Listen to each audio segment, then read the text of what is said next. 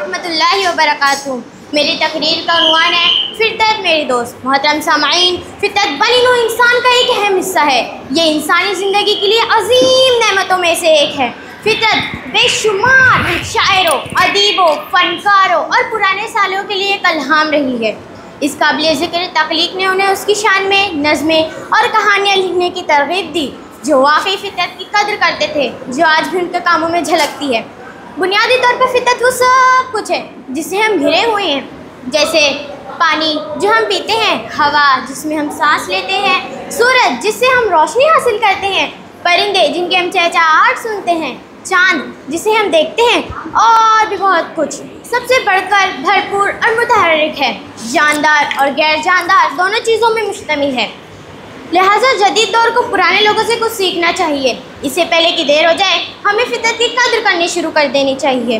फ़बिअय्यि आलाइ रब्बिकुमा तुकज़्ज़िबान, कब तक अपने रब की नेमतों को झुटलाएगा। मोहतरम सामाईन, फितरत इंसानों से बहुत पहले वजूद में आई और उसने शुरू से हमारी देखभाल भी की और हमें पाला। दूसरे लफ्ज़ों में ये हमें एक हिफाजती तह पेश करती है जो हमें हर किस्म के नुकसानात से बचाती है। फितरत के बगैर बनी नूह इंसान का बचना नामुमकिन है। हम इंसानों को ये समझने की ज़रूरत है कि अगर फितरत में हमारी हिफाजत की सलाहियत है तो हम इंसानियत को तबाह व बर्बाद करने की भी ताकत है।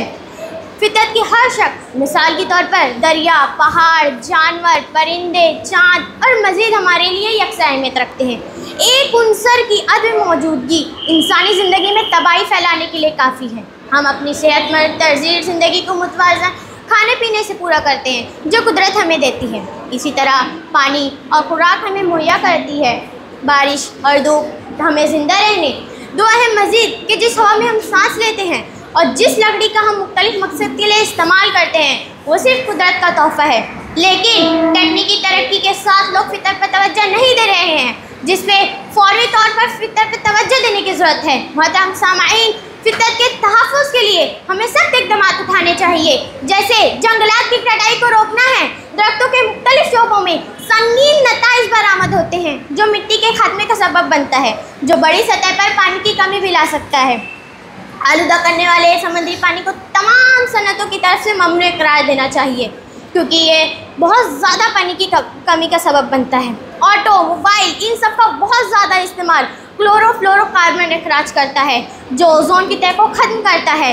ये बदले में ग्लोबल वार्मिंग का सबब बनता है। लिहाजा हमें ज़ाती गाड़ी का इस्तेमाल ज़्यादा से ज़्यादा गुरेज करना चाहिए, बल्कि पब्लिक ट्रांसपोर्ट का इस्तेमाल ज़्यादा मौके फराहम करते हुए शमसी तवानाई में सरमायाकारी करनी चाहिए। आखिर में फितरत के पास एक ऐसी ताकतवर तब्दीली की ताकत है जो ज़मीन में ज़िंदगी के कामों में ज़िम्मेदार है।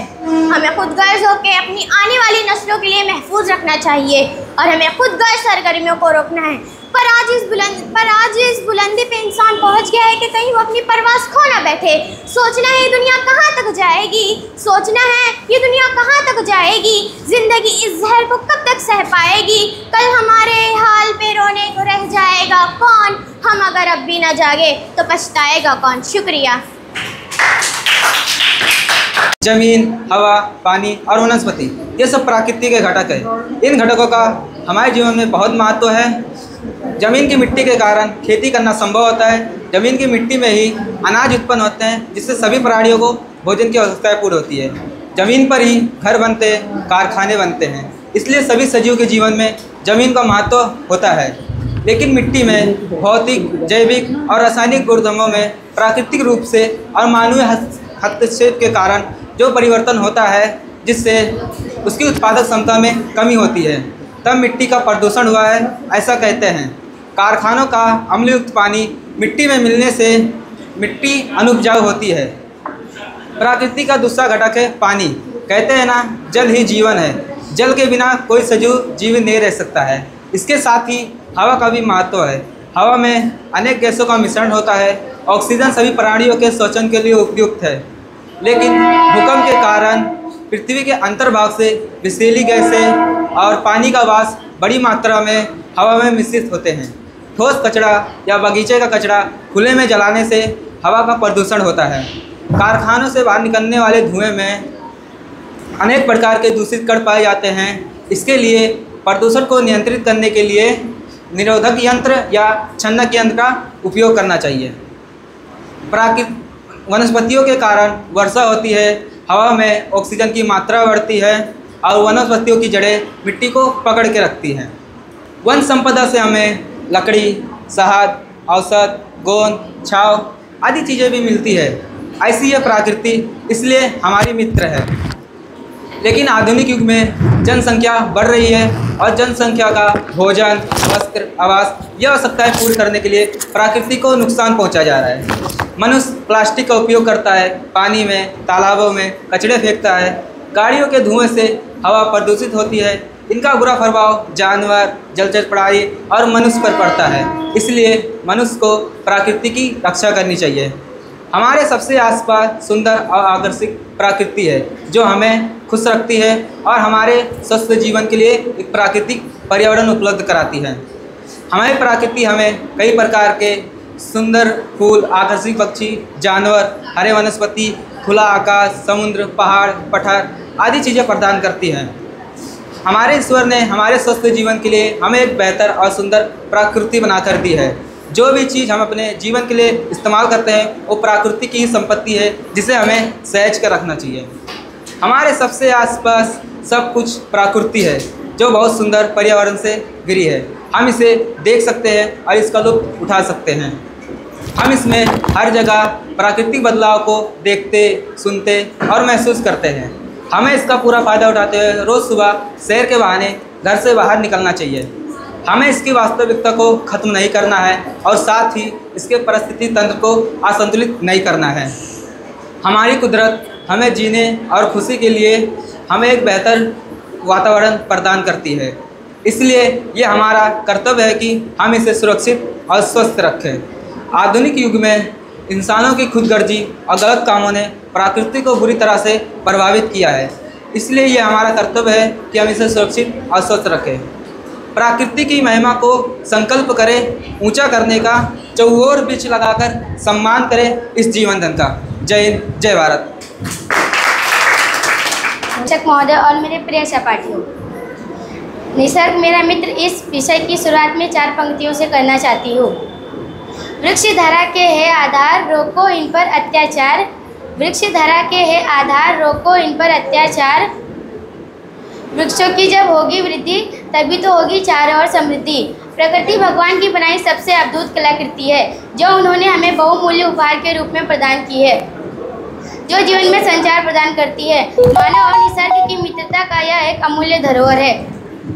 प्राचीन काल से ही भारतीय जनमानस निसर्ग को अपना देवतुल्य मानकर पूजता है। पंचतंत्रों से बना यह निसर्ग हमें धरोहर में मिला है। इसे संजो कर रखने की जिम्मेदारी भी हमारी है। वायुमंडल में होने वाले संपूर्ण क्रियाकलाप पृथ्वी के ही अंगभूत है जो निसर्ग को संतुलित बनाए रखते हैं। जब यह संतुलन दैवीय, मानवीय और प्राकृतिक कारणों से बिगड़ता है तो मानव का अस्तित्व खतरे में पड़ जाता है। जैसे कि कुछ वर्ष पहले हम कोरोना की महामारी से जूझ चुके हैं। वह एक निसर्ग की ही चेतावनी थी जो मानव जाति को अपने दायरे में रहने का इशारा कर रही थी। आज हम अनेक प्रदूषण और अनुचित कृतियों से निसर्ग को दूषित कर रहे हैं, किंतु हमारी महेश्वरी संस्कृति और त्यौहार हमें निसर्ग से जुड़ने का संदेश देते हैं। गणगौर जैसे त्योहारों में भी हमें वनस्पतियों की रक्षणात्मक संस्कृति को बढ़ावा दिया जाता है। औषधियाँ दे वृक्ष ये झट पीड़ा हो दूर, औषधियाँ दे वृक्ष ये झट पीड़ा हो दूर। वृक्ष सिखाते हैं हमें जीवन का दस्तूर, अर्थात फल और फूल देने वाले वृक्ष मनुष्य को तृप्त करते हैं। वृक्षारोपण करने वाले व्यक्तियों को परलोक में तारण भी वृक्ष ही देते हैं। हमें निसर्ग को संतुलित बनाए रखने के लिए भूमि, आकाश, नदी और समुद्र को प्रदूषण से बचाए रखना होगा। हाइड्रो पावर और सौर ऊर्जा ऐसे विकल्प हैं जो बिजली तैयार कर सकते हैं और नैसर्गिक संसाधनों का रक्षण हम कर सकते हैं। रिसाइकलिंग जैसी प्रक्रिया से हम साल में कई लाख पेड़ों को बचा सकते हैं। अत्याधुनिक पद्धति जीते हुए भी हमें अपने नैसर्गिक मूल्यों का जतन करना है और मानव तथा निसर्ग की मित्रता का संतुलन बनाए रखें और मानवता पर कोई आँच न आने दें। अंत में मैं 4 पंक्तियाँ कहना चाहूँगी। आगे बढ़कर यूँ पृथ्वी को हम बचाएं, चलो आगे बढ़कर धरती को हम यूँ बचाएं, निसर्ग मित्र बनकर पेड़ पौधे खूब लगाएं। यदा यदा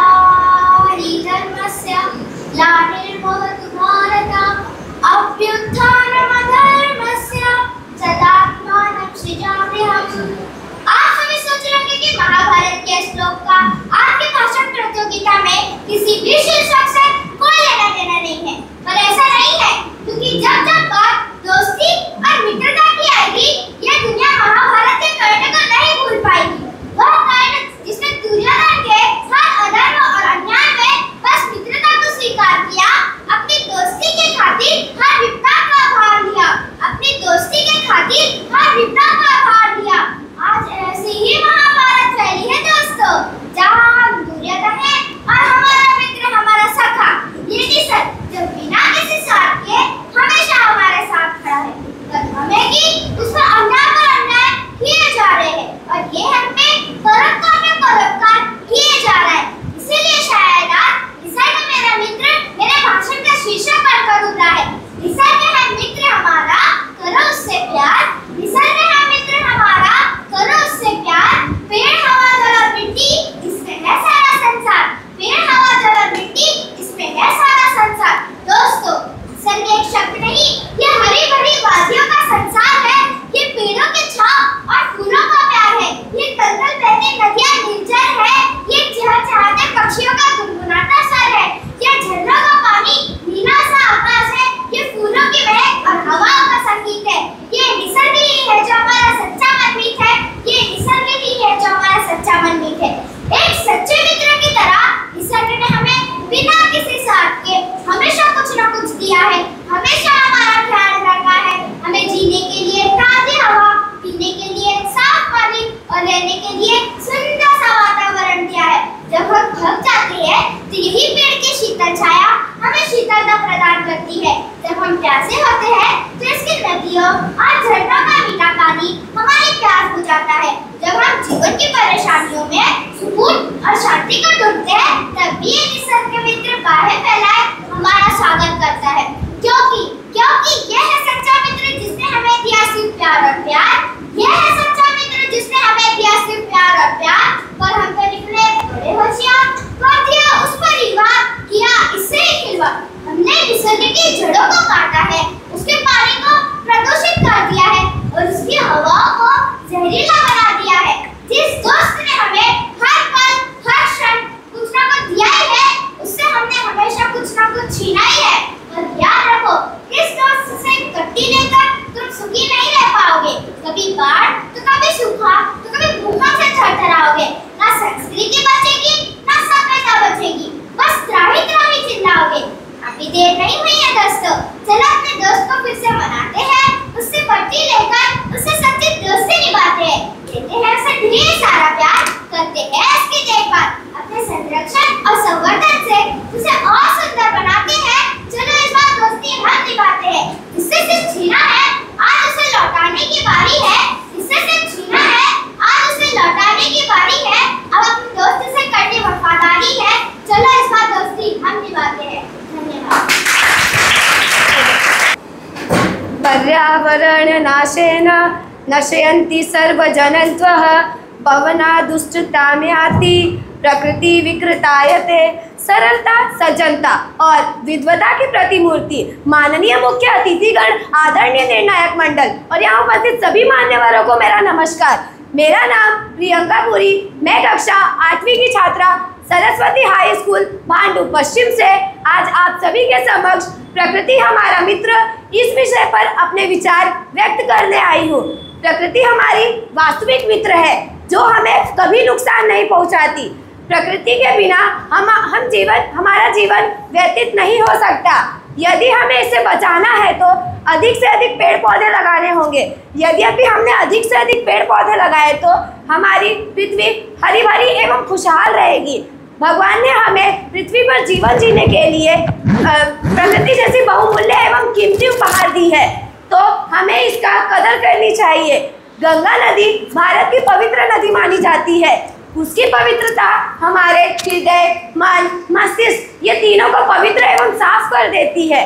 यदि उसी प्रकार हम पृथ्वी को प्रदूषण मुक्त रखें तो हमारी प्रकृति भी साफ सुथरी एवं पवित्र कहलाएगी।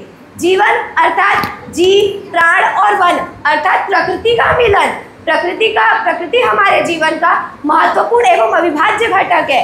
प्रकृति का व्यापक अर्थ है प्राकृतिक, भौतिक जगत या ब्रह्मांड। प्रकृति का क्या आपको पता है कि प्रकृति के कितने प्रकार है? नहीं। तो आइए मैं आपको बताती हूँ प्रकृति के कितने प्रकार हैं।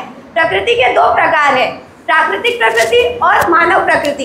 प्राकृतिक प्रकृति में 5 तत्व शामिल है, पृथ्वी, जल, वायु, अग्नि और आकाश। और मानव प्रकृति में मन, बुद्धि और अहंकार शामिल है। इसलिए तो हिंदुओं के पवित्र ग्रंथ श्रीमद् भागवत गीता में कहा गया है कि भूमिरापो नलो वायु खम मनु बुद्धि रेव च, भूमिरापो नलो वायु खम मनु बुद्धि रेव च, अहंकार इति यम में भिन्ना प्रकृति रष्टधा। अर्थात भूमि, जल, अग्नि, वायु और आकाश ये हमारी 5 पंचभूत एवं पंच महाभूत एवं मन, बुद्धि और अहंकार, इस प्रकार की 8 प्रकार से हमारी प्रकृति ब्रह्मांड में है। हे महाबाहो, आपने बहुत से लोगों को जीवन रूपी दिया है, तो आप बहुत से लोगों को जीवन रूपी दिया है। अर्थात मेरे कहने का अर्थ यह है कि 8 महाभूतों से बनी है प्रकृति हमारी पूरी संरक्षण करती है। यदि ब्रह्मा जी ने सृष्टि की संरचना की, तो क्या हम सृष्टि के अंदर की प्रकृति को नहीं बचा सकते? अवश्य बचा सकते हैं। अब मैं अपनी वाणी को विराम देते हुए यहाँ मौजूद सभी विद्यार्थियों का आह्वान कर देते हुए जाऊंगी कि उठो जवान देश की वसुंधरा पुकारती, उठो जवान देश की वसुंधरा पुकारती, ये देश है पुकारता पुकारती माँ भारती, ये देश है पुकारता पुकारती माँ भारती। जय हिंद, जय भारत, जय महाराष्ट्र। धन्यवाद। हो गया तो ले जाएगा।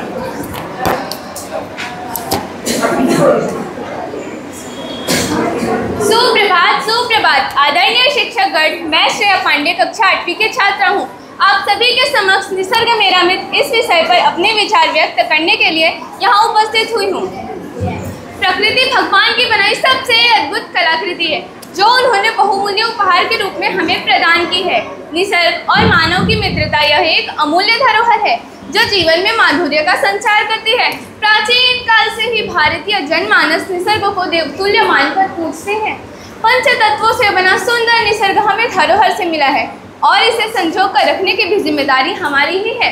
वायुमंडल में होने वाले संपूर्ण क्रियाकलाप प्रकृति के अभिभूति होते हैं जो निसर्ग को संतुलित बनाए रखते हैं। जब यह संतुलन दैविक, मानविक या प्रकृति के कारणों से बिगड़ता है तो मानव का अस्तित्व खतरे में पड़ जाता है। जैसे कि अभी हम कुछ समय पहले कोरोना महामारी से जूझ रहे थे, वह एक निसर्ग की चेतावनी थी जो मानव जाति को अपने दायरे में रहने का इशारा कर रहे हैं। आज हम अनेक प्रदूषण और अनुचित क्रियाओं से हमारे निसर्ग को दूषित करें, किंतु हमारी माहेश्वरी संस्कृति और त्यौहार हमें निसर्ग से जुड़ने का संदेश देते हैं। गणगौर जैसे त्यौहार में भी वनस्पति रक्षात्मक संस्कृति को बढ़ावा दिया जाता है। महाभारत में कहा गया है, पुष्पता फलंत तत्पर्य मानवान वृक्षद पुत्रवंत वृक्षाय तनिक परंत च, अर्थात फल और फूल देने वाले वनस्पति मनुष्य को तृप्त ही करते हैं। वृक्षारोपण करने वाले व्यक्ति को परलोक में तारे वृक्ष ही करते हैं। हमें हमारे नैसर्गिक मूल्यों का जतन करना चाहिए और हमें हमारे नैसर्गिक को संतुलन बनाए रखने के लिए भूमि, आकाश, नदी और समुद्र को प्रदूषण से बचाए रखना है। हमें प्रदूषण से बचाए रखना है। अत्याधुनिक जीवन पद्धति जीते हुए भी हमें हमारे नैसर्गिक मूल्यों का जतन करना है, जिससे मानव तथा निसर्ग का मित्रता का संतुलन हमेशा बना रहे और मानवता पर कोई आँच न आने दे। प्रकृति से ही हमें पीने को पानी, शुद्ध हवा, पेड़ पौधे, अच्छा भोजन और रहने को घर मिलता है, जिससे मानव एक अच्छा और बेहतर जीवन व्यतीत कर पाता है। अतः अंत में यही कहना चाहूँगी कि मित्र को मनुष्य की आवश्यकता रहे या ना रहे, किंतु मनुष्य को निसर्ग की आवश्यकता सदा रहेगी। धन्यवाद। आदरणीय मुख्य अतिथि और मेरे प्यारे सहपाठियों, आप सभी को नमस्कार एवं सप्रेम। मैं आपके सामने प्रकृति मनुष्य की मित्र है इस पर अपने विचार प्रकट करना चाहती हूँ। गर्मियों में ठंडी हवा का आनंद, सर्दियों में ओस की बूंदें, बरसात में बारिश की हल्की सी बौछार, कितना सुंदर और शांत नज़ारा है प्रकृति का। प्रकृति जो हमारी मित्र है, इसमें कोई संदेह नहीं है कि प्रकृति हमारी मित्र है। एक अच्छे मित्र की तरह प्रकृति हमेशा हमारी सहायता करती है, हमारा मार्गदर्शन करती है और हमें सचेत करती है कि किसी भी चीज़ का आवश्यकता से बढ़ जाना अच्छा नहीं होता है। दरअसल प्रकृति हमें कई महत्वपूर्ण पाठ मित्र की तरह पढ़ाती है। जैसे पतझड़ का मतलब पेड़ का अंत नहीं है। इस पाठ को जिस व्यक्ति ने अपने जीवन में आत्मसात किया, उसे असफलता से कभी डर नहीं लगा। ऐसे व्यक्ति अपनी हर सफलता पाने की कोशिश करते हैं। वे तब तक ऐसा करते रहते हैं जब तक सफलता उन्हें मिल नहीं जाती। इसी तरह फलों से लदे मगर नीचे की ओर झुके पेड़ हमें सफलता और प्रसिद्धि मिलने या संपन्न होने के बावजूद विनम्र और शालीन बने रहना सिखाते हैं। प्रकृति मनुष्य की कितनी घनिष्ठ मित्र है, यह उसके द्वारा दिए गए प्राकृतिक संसाधनों से समझ आता है। प्रकृति और मनुष्य के बीच बहुत गहरा संबंध है। दोनों एक दूसरे के पूरक हैं। मनुष्य के लिए धरती उसके घर का आंगन, आसमान छत, सूर्य शांत तारे दीपक, सागर नदी पानी के मटके और पेड़ पौधे आहार के साधन हैं। इतना ही नहीं, प्रकृति के लिए मनुष्य के लिए प्रकृति से अच्छा गुरु नहीं है। आज तक मनुष्य ने जो कुछ हासिल किया है वह सब प्रकृति से ही सीख कर किया है। न्यूटन जैसे महान वैज्ञानिक को गुरुत्वाकर्षण समेत कई पाठ प्रकृति ने ही सिखाए हैं, तो वही कवियों ने प्रकृति के तमाम गुणों को समझकर अपने जीवन में सकारात्मक बदलाव किए हैं। प्रकृति की सबसे महत्वपूर्ण बात तो यह है कि प्रकृति में हर किसी का अपना महत्व है। एक छोटा सा कीड़ा भी प्रकृति के लिए उपयोगी है। प्रकृति जबकि मत्स्य पुराण में एक वृक्ष को 100 पुत्रों के समान बताया गया है।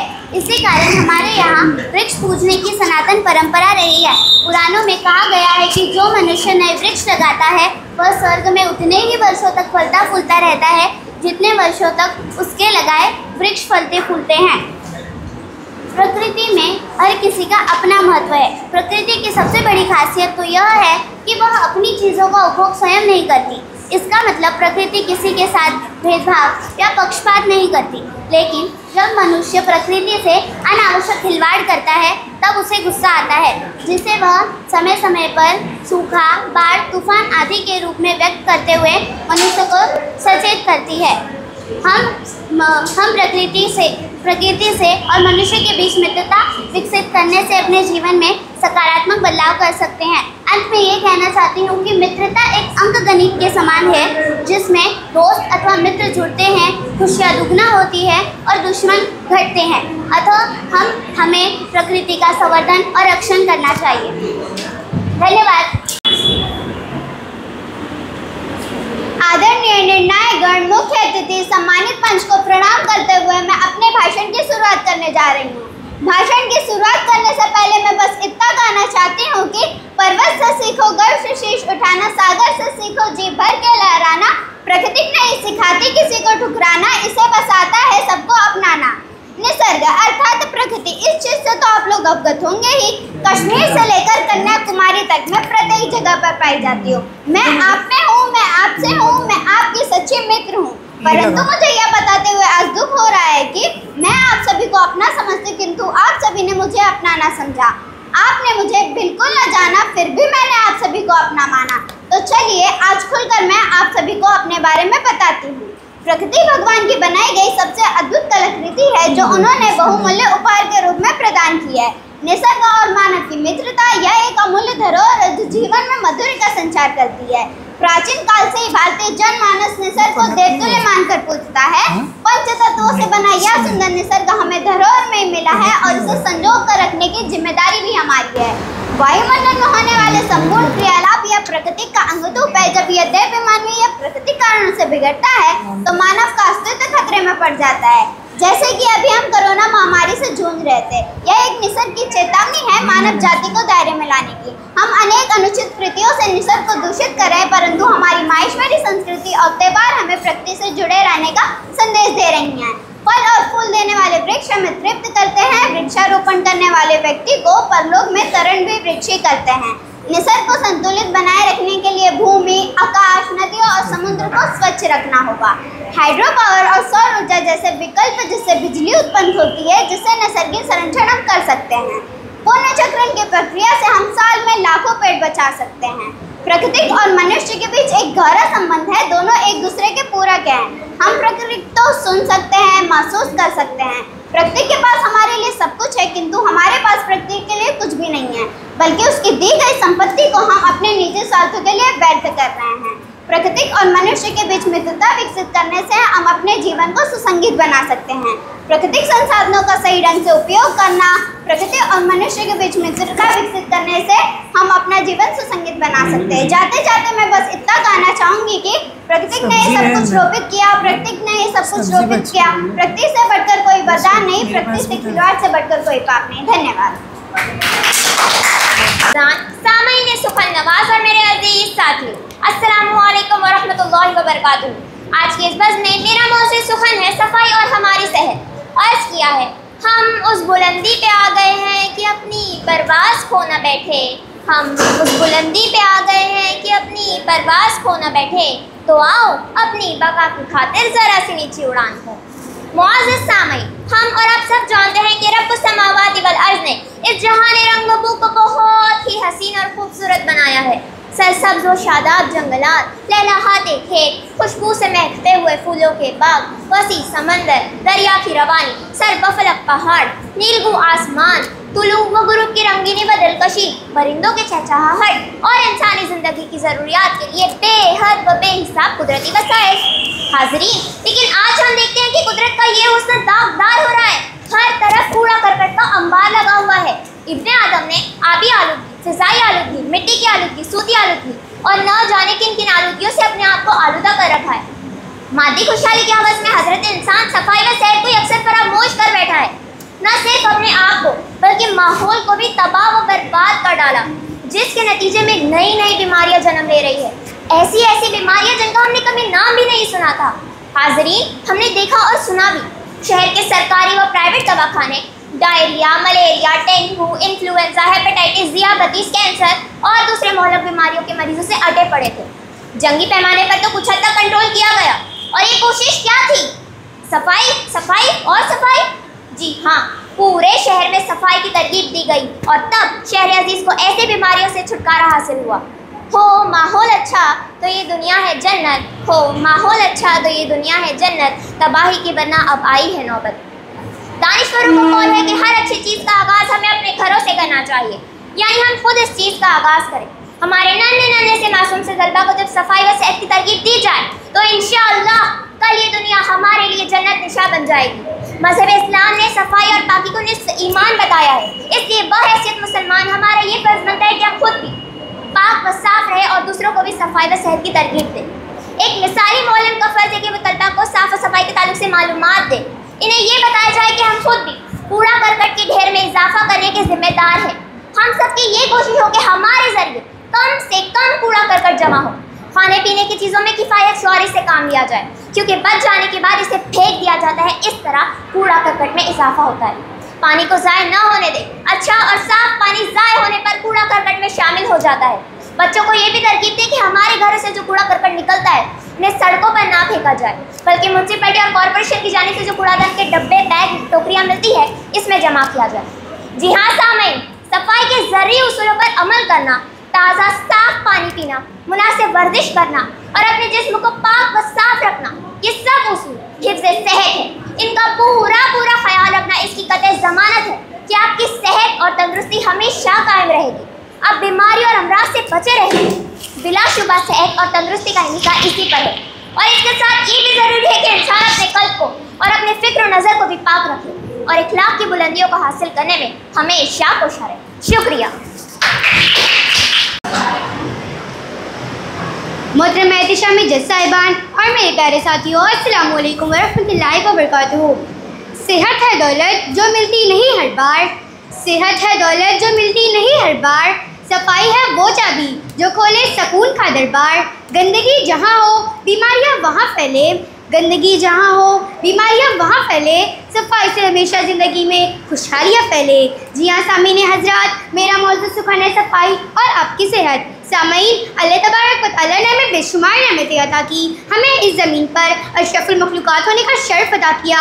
हमारा जिस्म अल्लाह ताला की कुदरत और कारीगरी का बेहतरीन शाहकार है। सभी नेमतों में से अव्वली नेमत सेहत या तंदुरुस्ती है। जब हम तंदुरुस्त और सेहतमंद होंगे तो तभी सभी नेमतों का लुत्फ़ उठा सकेंगे। साथियों, एक सेहतमंद शख्सी ज़हनी और दुनियावी दोनों शाबों में कामयाबी हासिल कर सकता है। हम सब ने ये कहावत तो सुनी होगी कि एक सेहतमंद दिमाग एक सेहतमंद जिस्म में रहता है। इंसानी सेहत के लिए सफाई निहायत अहम है। इसके बगैर सेहत का तसव्वुर नहीं किया जा सकता। ज़िंदगी की तमाम जिम्मेदारियाँ वही इंसान पूरी कर सकता है जिसकी सेहत दुरुस्त हो। सेहत का खजाना सफाई में छुपा है। सेहत का खजाना सफाई में छुपा है। बगैर सफाई के कोई खुशहाल नहीं हुआ है। कुरान करीम में इरशाद बारी है, बेशक अल्लाह तौबा करने वाले और पाक साफ रहने वालों को पसंद करता है। बेशक अल्लाह इनको पसंद करता है जो खूब पाक साफ रहते हैं। जदीद दौर में अपनी सेहत का ख्याल रखना बहुत ज़रूरी हो गया है। बढ़ती हुई आबादी की सतह, आलूदगी की सतह, नुकसानदायक गैसों के अखराज के साथ हर एक के लिए अपनी सेहत को बरकरार रखना एक तरजीह होना चाहिए। सन 1977 में वर्ल्ड हेल्थ असेंबली के करारदाद के मुताबिक सभी हुकूमतों, आलमी इदारा, सेहत आमा, असल समाजी हद को ये करार दिया गया था कि दुनिया के तमाम शहरी सन 2000 तक अपनी सेहत के आला मेयार को हासिल कर ले ताकि वो समाजी और अपनी सेहत के तौर पर बेहतर ज़िंदगी गुजार सके। इसी को मुख्तसर हेल्थ फॉर ऑल का नारा दिया गया। सेहत और सफाई साथ साथ चलते हैं। सेहत और सफाई साथ साथ चलते हैं। यही है उसूल जो ज़िंदगी को बदलते हैं। सफाई और सेहत ये दो पहलू ऐसे हैं जिनका ताल्लुक हमारी रोज़मर्रा ज़िंदगी से बहुत गहरा है और इनकी अहमियत को नज़रअंदाज भी नहीं किया जा सकता। सफाई सिर्फ हमारे इर्द गिर्द की जगहों को साफ करने का नाम नहीं, बल्कि हमारे खुद की और हमारे माहौल की इज्जत का भी मजहर है। एक साफ माहौल बीमारियों को फैलाव को कम करता है और ज़िंदगी के मेयार को बढ़ाता है और हमें फ़ख्र और ज़िम्मेदारी का एहसास दिलाता है। जब हम अपने घरों, दफ्तार और अवामी मकामात पर सफाई बरकरार रखेंगे तो हम एक साफ, सेहतमंद, खुशगवार मौसम में शराकतदार बन जाएंगे। जहाँ सफाई है वहाँ सेहत का राज है। जहाँ सफाई है वहाँ सेहत का राज है।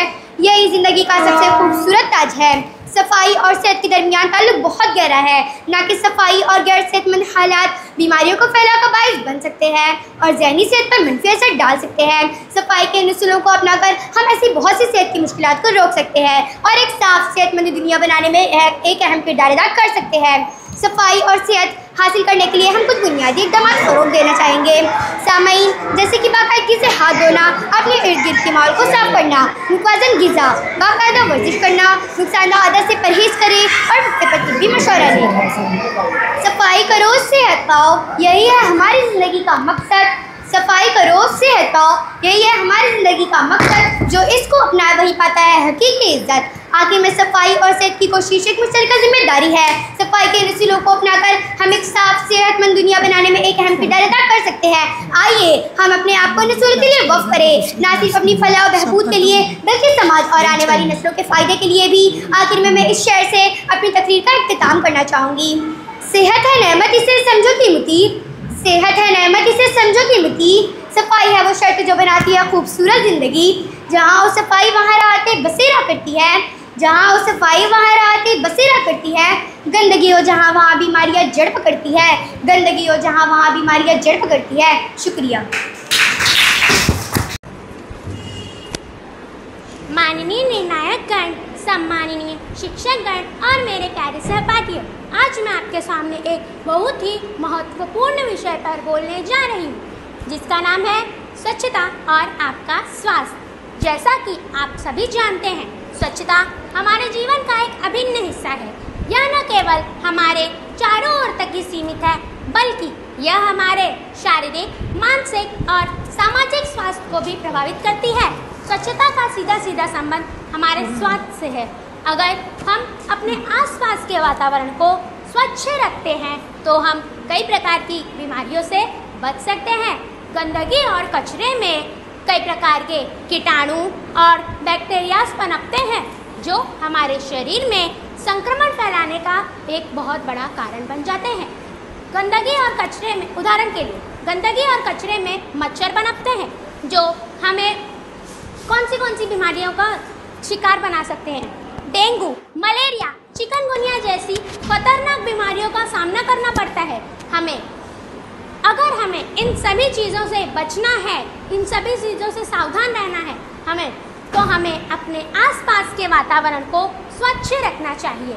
दोस्तों, यह न केवल हमारे बाहरी सफाई तक ही सीमित है बल्कि यह हमारे व्यक्तिगत स्वच्छता के लिए भी बहुत महत्वपूर्ण है। हमारी व्यक्तिगत स्वच्छता मतलब क्या? व्यक्तिगत स्वच्छता मतलब रोज़ाना नहाना, दांतों की सफाई करना, साफ सुथरे कपड़े पहनना और अपने हाथों को धोना, इन छोटे छोटे कार्यों से हम न ही केवल अपने स्वास्थ्य को स्वस्थ रख सकते हैं बल्कि अपने आसपास के वातावरण को स्वच्छ रख सकते हैं। इन छोटे छोटे कार्यों से हम न ही केवल बीमारियों से बचते हैं बल्कि इन छोटे छोटे कार्यों से हम दूसरों के साथ सकारात्मक सोच और स्वच्छता साझा कर सकते हैं।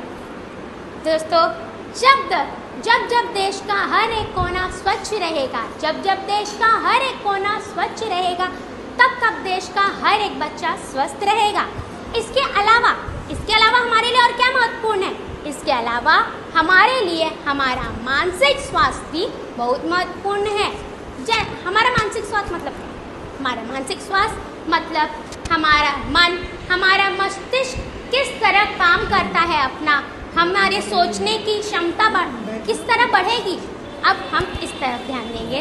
एक साफ और सजीले वातावरण में ही हमारा मन और मस्तिष्क अधिक कुशलता से, अधिक एकाग्र रहकर अपना कार्य कुशलता से पूर्ण करता है। अब हम आपको ये बताते हैं कि हमें स्वच्छता से और क्या क्या हो सकता है।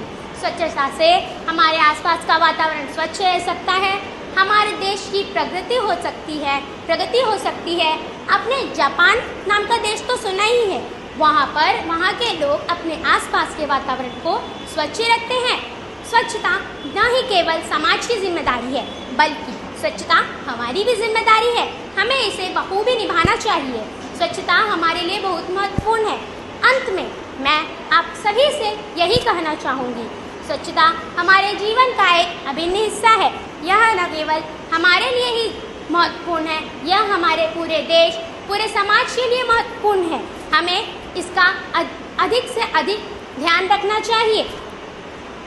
स्वच्छ भारत का निर्माण ऐसा एक वो चलाना चाहिए, एक कंपनी का निर्माण करना चाहिए जिससे हम अपने आसपास के वातावरण को स्वच्छ रख सकते हैं। भारत विश्व गुरु बनेगा जब भारत स्वच्छता की ओर बढ़ेगा। हर एक नागरिक का सपना होना चाहिए, हर एक व्यक्ति का सपना होना चाहिए, अपना पूरा देश संपूर्ण स्वच्छ होना चाहिए। धन्यवाद।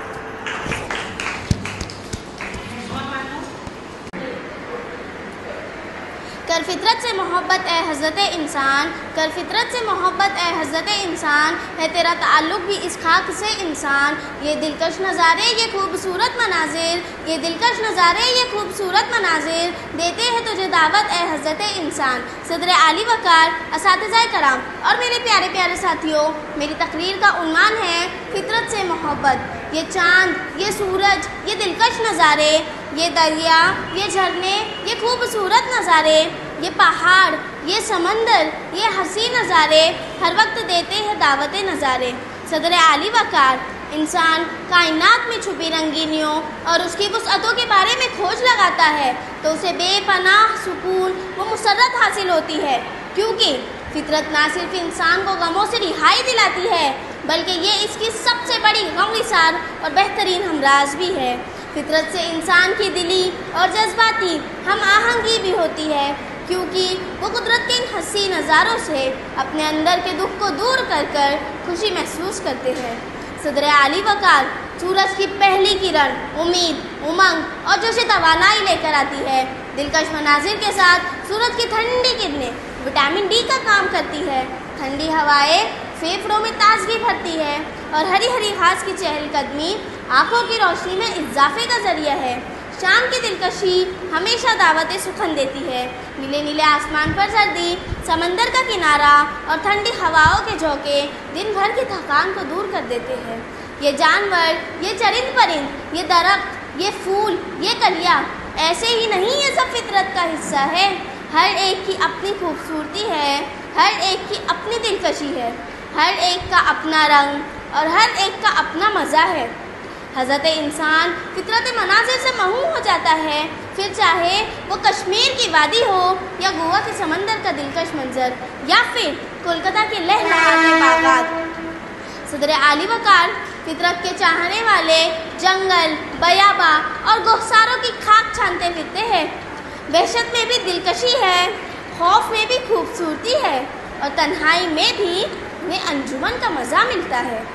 सदर आली वकार, लेकिन आज इंसानी तरक्की के बाम उरूज पर जाने के बावजूद इंसान फितरत का मुहताज है, और जो फितरत से दूरी है उसकी वजह यह है कि जब से हज़रत इंसान ने फितरत से नाता तोड़ा है उसकी ज़िंदगी में इंतशार और बेचैनी है। फितरत की नाकदरी हज़रत इंसान को मुख्तलिफ वबाओं में मुब्तला कर रही है। रोज़ बरोज़ रंग बिरंगी बीमारियां हमलावर है। हज़रत इंसान बेबस व लाचार है। बचाव का सिर्फ और सिर्फ एक रास्ता है कि वो फितरत के साथ हम आहंग करें। सदर आली वकार, एक और नुक्ता जो काबिल गौर है कि फितरत की हिफाजत हमारी सबसे बड़ी जिम्मेदारी है। अगर फितरत के इन दिलकश मनाजिर, फल, फूल, जंगलात और कौसारों की हिफाजत ना हुई तो हमारी आने वाली नस्ल इन खूबसूरतियों से महरूम रह जाएगी। इसलिए फितरत के सभी रंगों को फलने फूलने के लिए मौके तलाश करें, तहरीक और अमली कदम उठाए ताकि ये अजीम और शान नेमत ख़त्म ना हो जाए। मैं अपनी तकरीर का इख्तिताम इस शेर के साथ करती हूँ कि फितरत ही ज़िंदगी है, फितरत ही दोस्ती है, फितरत ही ज़िंदगी है, फितरत ही दोस्ती है, फितरत की बगैर ज़िंदगी अधूरी है। फितरत से जोड़ नाता ए मेरे हम नशी, फितरत से जोड़ नाता ए मेरे हम नशी, फितरत में मस्त होकर जी ले ज़िंदगी। शुक्रिया। असतज़ा इकराम और मेरे प्यारे हम मकतब साथियों, अस्सलामु अलैकुम व रहमतुल्लाहि व बरकातुहू। स्लो पॉइजन है हवा में पॉल्यूशन, स्लो पॉइजन है हवा में पॉल्यूशन, हर एक शख्स पर ये हकीकत है रोशन। यही लोग बेमौत मरते रहेंगे, यही लोग बेमौत मरते रहेंगे, ना होगा अगर जल्द इसका सॉल्यूशन। आज मुझे एक बहुत अहम मौजू पर बात करने का मौका मिला है, जो है कुदरत हमारी दोस्त। कुदरत जो हर जगह मौजूद है, हमारी ज़िंदगी का एक अहम हिस्सा है और इसकी खूबसूरती और अहमियत को हम अक्सर नज़रअंदाज कर देते हैं। ये हमारी ज़मीन, दरख्त, दरिया, पहाड़ और फ़िज़ाई मजमुआ और हमारी बका का कुरगुज़ीर है। कुदरत का हर पहलू, चाहे वो पहाड़ों की बुलंदी हो या दरियाओं की गहराई या सब्ज़ वादियों की खूबसूरती, हमारी ज़िंदगी में एक ख़ास अहमियत रखते हैं। ये सब मनाजिर हमें न सिर्फ जमालियाती लुत्फ़ देते हैं बल्कि हमारे दिल और दिमाग को सुकून अता करते हैं। जब हम कुदरत के मनाजिर देखते हैं तो हमें यह एहसास होता है कि हमारी ज़िंदगी में एक ख़ास किस्म की खुशी और इत्मीनान मिलता है, जो हमें शहर की हलचल और रोज़मर्रा की मुश्किलात से दूर ले जाता है। कुदरत की खूबसूरती हमें सुकून, सब्र, तहम्मुल का दर्स देती है। दरख्तों के सब्ज़ पत्तों और उनके हवा में लहराते सलसलाहट में सब्र की अहमियत सिखाते हैं।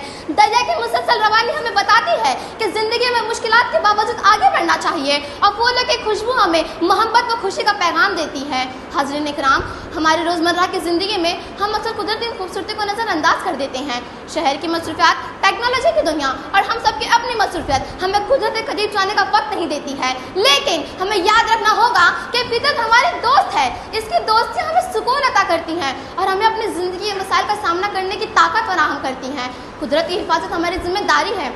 जंगलात की कटाई, पानी की आलूदगी और माहौलियाती तब्दीली हमारी ज़मीन को नुकसान पहुंचा रही हैं। हमें चाहिए कि हम कुदरत के वसाइल का इस्तेमाल सोच समझ कर करें और उनकी हिफाजत अपना किरदार अदा करें। हम सबको चाहिए कि हम कुदरत के वसाइल को ज़ाय करने के बजाय उनकी हिफाजत करें और उनका सही इस्तेमाल करें। हमें यह समझना होगा कि फितरत के साथ हमारा दोस्ताना रिश्ता दो तरफा है। जब हम अपने माहौल की हिफाजत करते हैं तो फितरत भी हमें इनाम देती है, जो हमारी ज़ाती खुशी और इज्तिमाई तरक्की के लिए ज़रूरी है। कुदरत के साथ हमारा ताल्लुक सिर्फ जमालियाती नहीं बल्कि रूहानी भी है। जब हम कुदरत के मनाज़िर देखते हैं तो हमें यह एहसास होता है कि हम एक बड़ी कायनात का हिस्सा हैं, ये और हमारी ज़िंदगी का एक मकसद है। कुदरत हमें याद दिलाती है कि हम सब आपस में जुड़े हुए हैं और एक दूसरे के साथ मोहब्बत व एहतराम से पेश आना चाहिए। कुदरत एक ऐसी दोस्त है जो हमें बेशुमार वसाइल फराहम करती है। ये हमें हवा, पानी और खुराक देती है और इसका हमारे साथ ताल्लुक़ का होना इज़्ज़त और शुक्रगुज़ार का मुतकाज़ी है।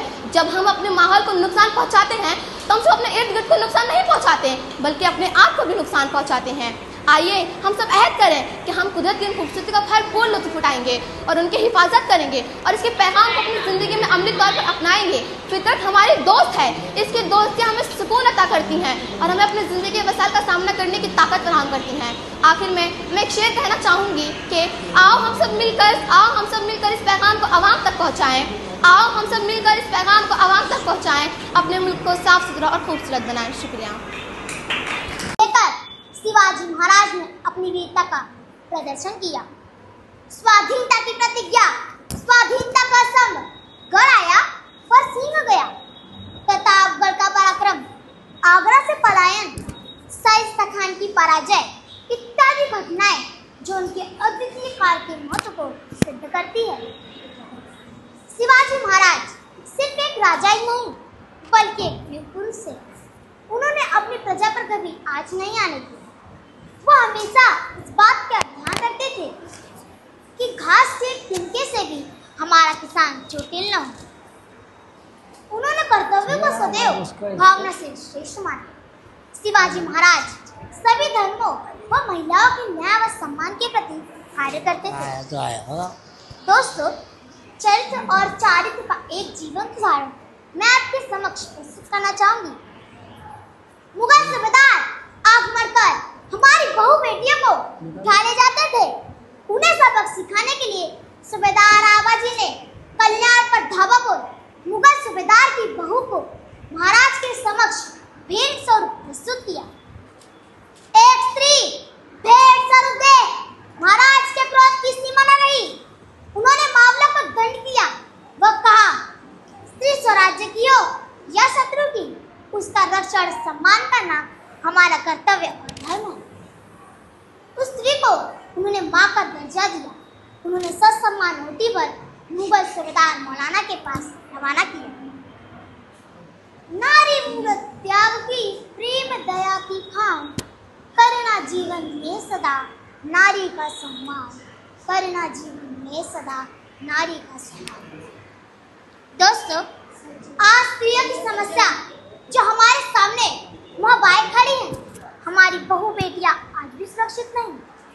क्या आपको नहीं लगता? रहते चाहे राजा की सही अर्थों में आज भी हमें आवश्यकता है। आज हर माँ को जिजाऊ बनना होगा और बच्चे को एक आदर्श व्यक्तित्व, स्त्री सम्मान करने वाला सुसंस्कारी बनना होगा। अतः अंत में मैं इन दो पंक्तियों से अपनी वाणी को विराम देना चाहूंगी।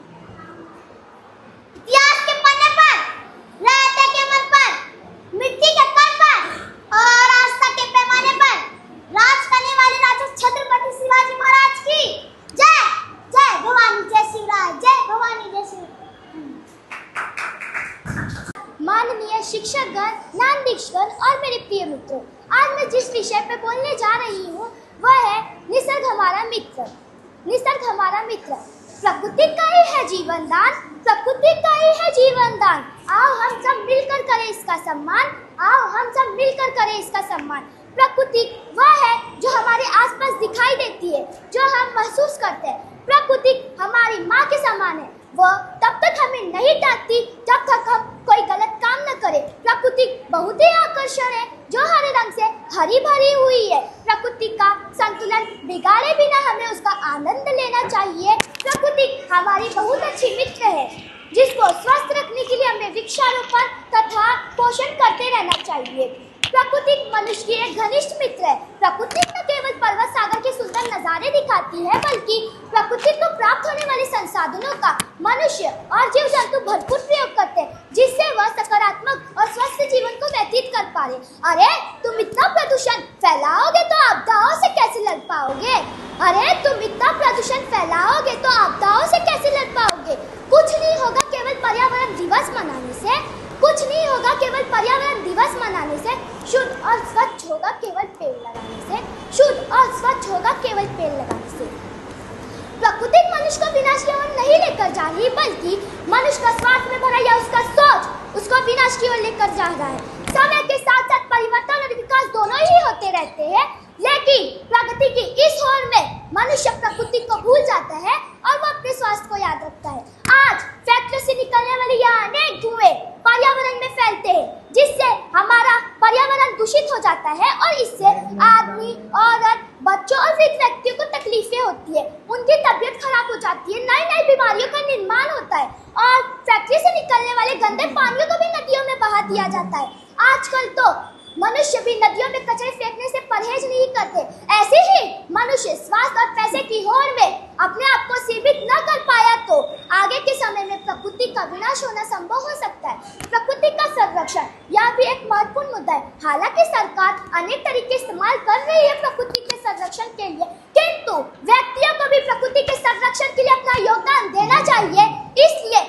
वृक्षारोपण करना चाहिए, प्लास्टिक की समाप्ति करनी चाहिए तथा प्लास्टिक को जलाना नहीं चाहिए। साथ ही साथ जानवरों जैसे शिकारों की प्रथाओं को भी रोकना चाहिए। और हम में से कोई प्राकृतिक संरक्षण के लिए अपना योगदान देता है तो यह प्रकृति के लिए बहुत बड़ा अंतर होगा, क्योंकि प्रकृति के संरक्षण के लिए हर एक जीव महत्वपूर्ण होता है। गौरा देवी ने किया था जो प्रहार, गौरा देवी ने किया था जो प्रहार, आज भी सराहना करता है सारा हिंदुस्तान। ना वो प्यास, ना वो प्यास, ना ही रहा वो प्यास, तिल तिल जल रहा है जीवन, तिल तिल जल रहा है जीवन, बस बढ़ रहा है विनाश, बस बढ़ रहा है विनाश। हाँ, मैं वही चिपको आंदोलन की बात कर रही हूँ जो वन संरक्षण के लिए कहा सही ना आंदोलन था। यह आंदोलन की शुरुआत 1973 उत्तराखंड तत्कालीन उत्तर प्रदेश के चिमोली प्रदेश में हुई थी। यह आंदोलन के नेता सुंदरलाल बहुगुणा, गौरा देवी, सिंह रावत और चंडी प्रसाद भट्ट थे। यह आंदोलन में स्त्रियों ने भी अपना बहुत बड़ा योगदान दिया। यह आंदोलन का खास मकसद था अंधाधुंध पेड़ों की कटाइयों को रोकना और पेड़ों पर निर्भर अधिकारियों का संरक्षण करना। यह आंदोलन के बाद सरकार केंद्र ने वन संरक्षण के लिए असहीन आंदोलन बनाया और यह आंदोलन से पर्यावरण पर बहुत प्रभाव पड़ा और यह आंदोलन को 1987 ईस्वी में सम्यक जीविका पुरस्कार से सम्मानित भी किया गया। अतः मैं अपना भाषण इतना ही बोलकर समाप्त करना चाहूंगी कि मेरे शब्दों को अपने तक ही सीमित न रखना, चारों ओर फैलाओ ताकि हमारे ग्रह का एक एक व्यक्ति जिम्मेदार नागरिक बन सके, अपने ग्रह के लिए योगदान दे सके, ऐसा वह नागरिक बने। और पर्यावरण का रखो ध्यान, पर्यावरण का रखो ध्यान, तभी बनेगा देश महान, तभी बनेगा देश महान। मुअज़्ज़ज़ मेहमानाने खुसूसी, जुमला स्कूल्स के हेड मास्टर्स व आम शुरकाए मजलिस, अस्सलामु अलैकुम। फितरत की गोद में है राज बेशुमार, फितरत की गोद में है राज बेशुमार, हर रंग में छुपी है जिंदगी की ये बहार। ना भूलेंगे हम इसकी मोहब्बत की बात, ना भूलेंगे हम इसकी मोहब्बत की बात, फितरत है हम सफ़र हर पल की याद बात। जी हाँ सामाईन, आज की इस महफिल में मेरा मौज़ूए सुखन है, फितरत मेरी दोस्त है। फितरत इंसानी ज़िंदगी का एक लाज़मी हिस्सा है जो हमें कुदरत की खूबसूरती और इसके असरार से आशना करती है। ये वो माहौल है जिसमें हम रहते हैं, बढ़ते हैं और अपनी ज़िंदगी की कहानी लिखते हैं। फितरत में हर चीज़ का एक खास मकाम है। फितरत सिर्फ ज़मीन, दरख्त और पानी नहीं है, बल्कि कुदरत की हर तख्लीक करदा चीज़ फितरत का हिस्सा है। फितरत से हमें जो फ़वाइद हासिल होते हैं वो बेशुमार हैं। ये हमें मुख्तलिफ वसाइल फराहम करता है, जो हम पानी पीते हैं, हवा के ज़रिए जो सांस लेते हैं और जो खाना हम खाते हैं वो फितरत से आता है। फितरत हमारी ज़िंदगियों के साथ जुड़ी होती है, इसके बगैर हम जिंदगी का तस्वुर भी नहीं कर सकते। फितरत में एक खास तवाज़ुन पाया जाता है। दरख्त कार्बन डाइऑक्साइड जज्ब करते हैं और ऑक्सीजन फराहम करते हैं, जबकि जानवर अपनी ज़िंदगी के ज़रिए ज़मीन के निज़ाम को बरकरार रखते हैं। ये एक ऐसा माहौलियाती निज़ाम है जिसकी हिफाजत निहायत ज़रूरी है, मगर बुरा हो इंसान की ज़रूरत का, जिसने अपनी ज़रूरियात के लिए ज़मीन की बहारों को ताराज करना शुरू कर दिया, जंगल के जंगल काट दिए, जहाँ कल तक हरे भरे दरख्त थे उन्हें चटियल मैदान कर दिया, कुदरती वसाइल का बेजा इस्तेमाल करके न सिर्फ माहौल को आलूदा किया बल्कि कुदरत के तवाज़ुन को दरहम बरहम कर दिया, जिसका नतीजा ये हुआ कि ना सर्द हवाएं चल रही है, ना बारिश हो रही है, जमीन बंजर हो चुकी है, तेज आंधियां चल रही है, उसमें जो माइक कनेक्ट था ना, है, वो माइक की ग्रीन लाइट ऑन ही रहेगी क्या? ना कलियों का तबस्सुम है, ना झरनों का तरन्नुम। दबाया मैंने, ऑफ नहीं हुआ, ब्लू हो जाता है ना फिर। ये वो दुनिया तो नहीं जैसी कुदरत ने हमें अता की थी।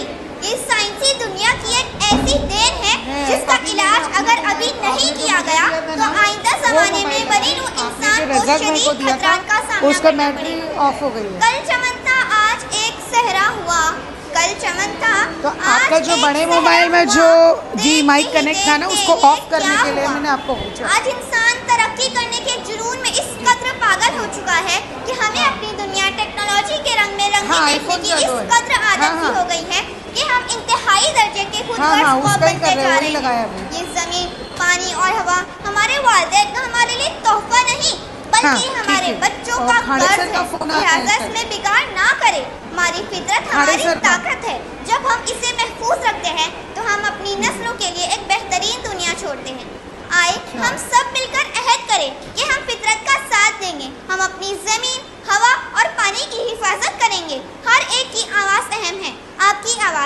मेरी आवाज़ हम सब मिलकर एक ताकतवर तहरीक बना सकते हैं जो फितरत के तहफ़्फ़ुज़ के लिए काम करे। हमें चाहिए कि हम फितरत के साथ हम आहंगी पैदा करें, छोटे छोटे इक़दामात उठाएं, जैसे दरख्त लगाएं, कचरा ना फेंकें, ज़मीन की और पानी की हिफाजत करें, जानवरी अक़साम की हिफाजत करें। इसके अलावा टेलीविज़न, अखबारात, पोस्टर्स और पैम्फलेट के ज़रिए लोगों में अवामी बेदारी ला सकते हैं। स्कूली सतह पर तकारीर, नज़्में और ड्रामों के ज़रिए बच्चों में बेदारी ला सकते हैं। इस तरह हम फितरत की खूबसूरती को रवा दवा रख सकते हैं।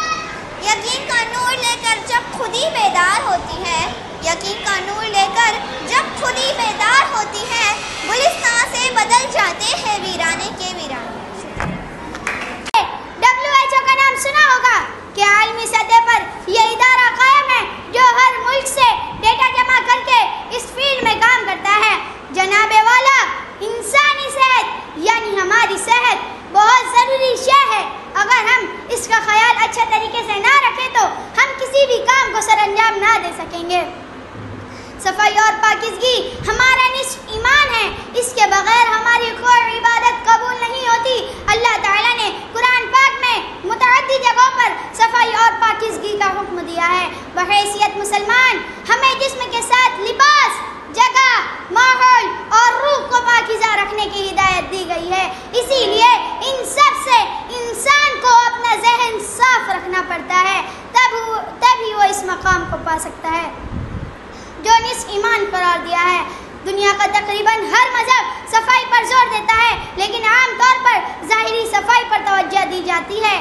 साफ सफाई है ईमान, साफ सफाई है ईमान, यह है सुंदर अच्छा ज्ञान। साफ सुथरे इंसान को हर कोई पसंद करता है, जबकि गंदे शख्स से हर कोई दूर रहने की कोशिश करता है। साफ सुथरा रहने के लिए लिबास का नया या महंगा होना शर्त नहीं, बल्कि साफ सुथरा रहना ज़रूरी होता है। इसी तरह जिस्म की पाकीज़गी के लिए भी महंगे साबुन, शैम्पू या खुशबू की हरगिज़ ज़रूरत नहीं होती। सफाई और सुथराई इंसान को बेशुमार बीमारियों से महफूज रखती है।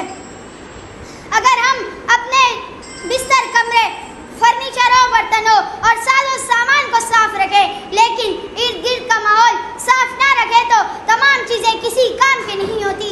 आलूदा, नुकसान ज़दा माहौल कई अक़साम के जरासीम को जन्म देता है, मुतअद्दिद इंतहाई ख़तरनाक जानलेवा बीमारियों के सबब बनते हैं। जिस्म माना के साफ है तेरा, जिस्म माना के साफ है तेरा, रूह की भी सफाई कर। हमें चाहिए कि अपने बातिन को साफ सुथरा रखें, अपने ज़ाहिरी को भी। तो आओ आज हम सब ये कसम खाएं कि हम सब अपने माहौल को साफ सुथरा रखेंगे और नए भारत की बुनियाद रखेंगे। व आखिरु दावाना अनिल हम्दुलिल्लाहि रब्बिल आलमीन। अस्सलामु अलैकुम। शेख हनीफा। अम्मा बाद फ़अऊज़ु बिल्लाहि मिनश शैतानिर रजीम, बिस्मिल्लाहिर रहमानिर रहीम। मोहतरम असातिज़ा इकराम, जज साहिब साहिबा, अजीज़ दोस्तों और मेरे प्यारे साथियों, अस्सलामु अलैकुम व रहमतुल्लाहि व बरकातुहू। आज मेरी तकरीर का उन्वान है हिफ़्ज़ान सेहत और हमारी सेहत। सेहत है तो दुनिया हसीन लगती है, सेहत है तो दुनिया हसीन लगती है, बीमार जिस्म को हर चीज़ संगीन लगती है। जैसा कि हम सब जानते हैं कि सेहत अल्लाह ताला की अजीम नेमत है। एक मशहूर कहावत है कि सेहत है तो सब कुछ है। जब तक इंसान सेहतमंद होता है तो वो ज़िंदगी के हर लम्हे से लुत्फ़ अंदोज़ होता है, हर किस्म की मुश्किलात का सामना कर सकता है। लेकिन अगर सेहत ख़राब हो तो ज़िंदगी की सारी खुशियाँ बेमानी लगती है। इसीलिए हमें अपनी सेहत की हिफाजत करनी चाहिए, क्योंकि सेहत ही ज़िंदगी की असली दौलत है। सेहत के बिना ज़िंदगी बेकार है, सेहत के बिना ज़िंदगी बेकार है, दौलत हो शोहरत सब बेएतबार है। हिफ़्ज़ान सेहत क्या है? हिफ़्ज़ान सेहत से मुराद वो तमाम उसूल और तरीके हैं जिनको अपनाकर हम अपनी ज़िंदगी को सेहतमंद बना सकते हैं और बीमारियों से बच सकते हैं। इसका मतलब ये है कि हम अपने जिस्म, दिमाग और माहौल की सफाई और हिफाजत का ख्याल रखें। हिफ़्ज़ान सेहत को अपनाना सिर्फ हमारे जिस्मानी फ़ायदे के लिए नहीं, बल्कि इससे हमारी ज़हनी और जज्बाती सेहत पर भी मस्बत असरात मुरत्तिब होते हैं। सफाई और सेहत, सबसे पहले बात करते हैं सफाई के बारे में। सफाई का ख्याल रखना एक बुनियादी उसूल है जो हिफ़्ज़ान सेहत का लाज़मी जज़्ब है। जैसा कि हम सब जानते हैं कि सफाई निस्फ़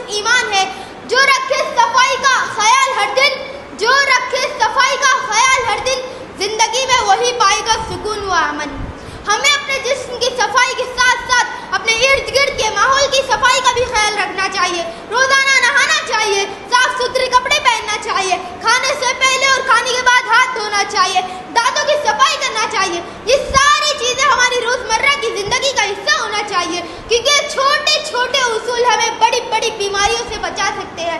पानी जो कि जिंदगी के लिए जरूरी है, इसकी सफाई भी बहुत अहमियत रखती है। साफ और महफूज पानी न सिर्फ हमारे जिस्म के लिए फायदेमंद है, बल्कि हमें मुख्तलिफ आबी बीमारियों से भी महफूज रखता है। हमें रोजाना फिल्टर शुदा या उबला हुआ पानी पीना चाहिए, ताकि हमारे जिस्म में जरासीम दाखिल ना हो सके। अच्छी सेहत के लिए मंदरजल बातों का ख्याल रखना चाहिए। नंबर 1, मुतवाज़न ग़िज़ा। हमें अपनी खुराक में फल, सब्जियां, दालें और प्रोटीन शामिल करना चाहिए।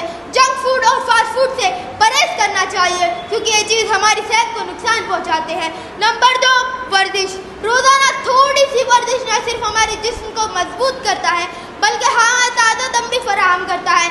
वर्जिश हमारे दिल, हड्डियों और पुट्ठों को मजबूत करता है, जिससे हम मुख्तलिफ बीमारियों से महफूज रहते हैं। नंबर 3, ज़हनी सुकून। आज की तेज रफ्तार जिंदगी में ज़हनी दबाव एक आम मसला बन चुका है। हमें रोजाना कुछ वक्त अपने ज़हनी सुकून के लिए फराहम करना चाहिए। योगा, मुराक़बा और मज़बूत सरगर्मियों में हिस्सा लेना हमें ज़हनी सुकून फराहम करता है।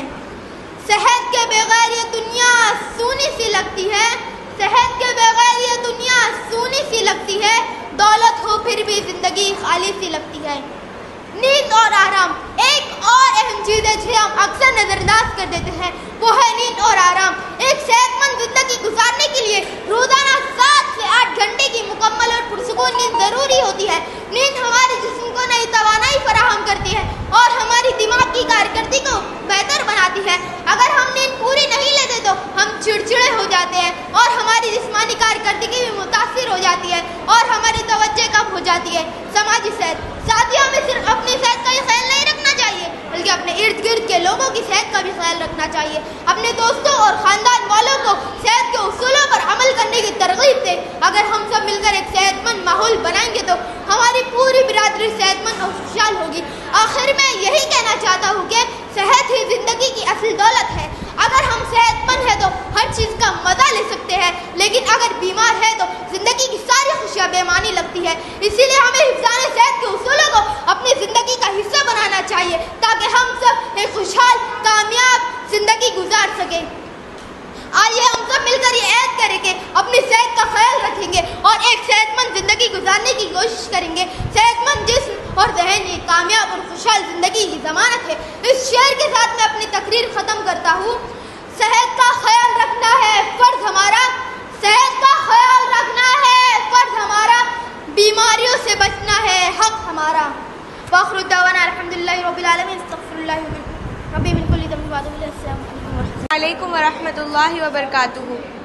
पूछ रहे हैं मुझसे सफाई के सौदागर, पूछ रहे हैं मुझसे सफाई के सौदागर, आबो हवा कैसे जहरीली हो जाती है। मेरी तकरीर का उन्वान है सफाई और सेहत। हाज़रीन, कानून कोई भी हो, ज़ाब्ते अखलाक कोई भी हो, मज़ाहिब कोई भी हो, लेकिन सफाई के बारे में दुनिया भर के दानिश्वरों और दानाओं के ख्यालात व नज़रियात यकसां हैं। इस्लाम ने तो इसे इस हद तक अहम समझा है कि इसे निस्फ़ ईमान का दर्जा दे दिया। सवाल ये उठता है कि आखिर हमारी सेहत का सफाई से क्या ताल्लुक़ है। दरअसल इंसानी सेहत के लिए सफाई निहायत अहम है। इसके बग़ैर सेहत का तसव्वुर ही नहीं किया जा सकता। ज़िंदगी की तमाम जिम्मेदारियाँ वही पूरी कर सकता है जिसकी सेहत दुरुस्त हो। इसलिए इंसान को चाहिए कि अपनी सेहत का ख़ास ख्याल रखे, जिसकी बुनियाद सफाई के बग़ैर नहीं रखी जा सकती। किसी भी इंसान की शख्सियत को निखारने या सेहतमंद ज़िंदगी गुजारने के लिए सफाई अहम है।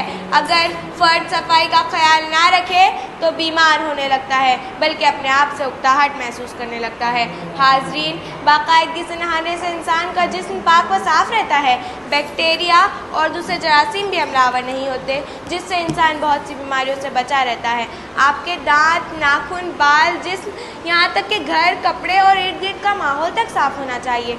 सफाई सिर्फ जिस्म से लेकर घर तक ही नहीं, बल्कि खाने पीने में भी सफाई का होना लाजमी है।